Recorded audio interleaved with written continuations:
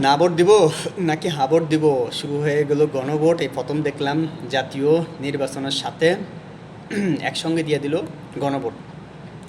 গণভোট দিলে এখন হা ভোট দিলে পাকিস্তান হয়ে যাব, না ভোট দিলে ইন্ডিয়া হয়ে যাব। একজনের এক এক মতামত যা দেখতেছি মিডিয়ার মাধ্যমে।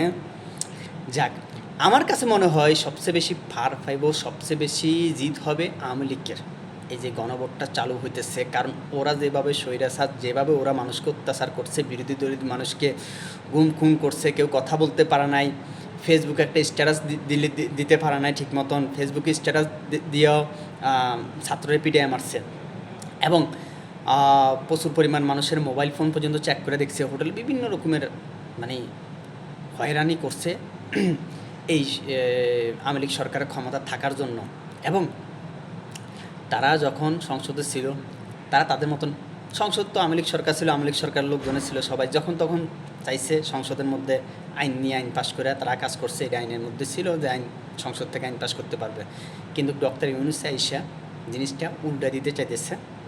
যা একটু গানাগাড়ি করে দেখলাম যে না ভোট নিয়ে হা ভোট নিয়ে। হ্যাঁ, এখানে গণভোট, কারণ ডক্টর ইউনূসে জনগণের উপরে জনগণকে উঁচু রাখতে চাইতেছে। এক হিসাবে বলতে গেলে এমডিকের মতন সিস্টেম হয়ে আসতেছে, যা ধীরে ধীরে দেখা যেতেছে। কারণ 10 বছর বেশি একজন প্রধানমন্ত্রী থাকতে পারবে না, তার পরিবর্তে তার দলের অন্য কেউ প্রধানমন্ত্রী করতে হবে। তাছাড়া তত্ত্বাবধান সরকার ছাড়া নির্বাচন করতে পারবেন না।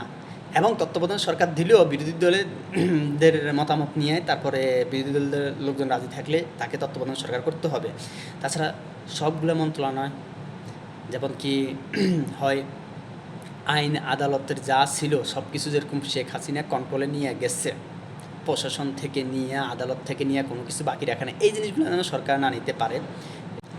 আমার কাছে ভালোই মনে হলো যে আসলে দরকার বাংলাদেশের নিয়ম কানুন, বাংলাদেশের আইন পরিবর্তনের দরকার। আমরা বাংলাদেশের মানুষ সবাই সমান অধিকার নিয়ে, এই বাইরের দেশে কেউ কিন্তু মানে ক্ষমতা দেখায় চলে না, সবাই সমানভাবে চলতেছে। তো বাংলাদেশের মধ্যেও এই জিনিসটা অনেক দরকার, যে যার টাকা আছে, যার পাওয়ার আছে, যে ক্ষমতা দেখাইয়া যেন একজনকে ডর ভয় দিয়ে যেন না চলে, সবাই যেন সমানভাবে দেশের নাগরিক হিসাবে সবাই সমান অধিকার নিয়ে যেন সবাই চলে। এই জিনিসটা আমাদের দেশের আসলে অনেক দরকার, যে এই জিনিসটা করার বর্তমানে এই জিনিসটা নাই। এবং চাঁদাবাজি, এই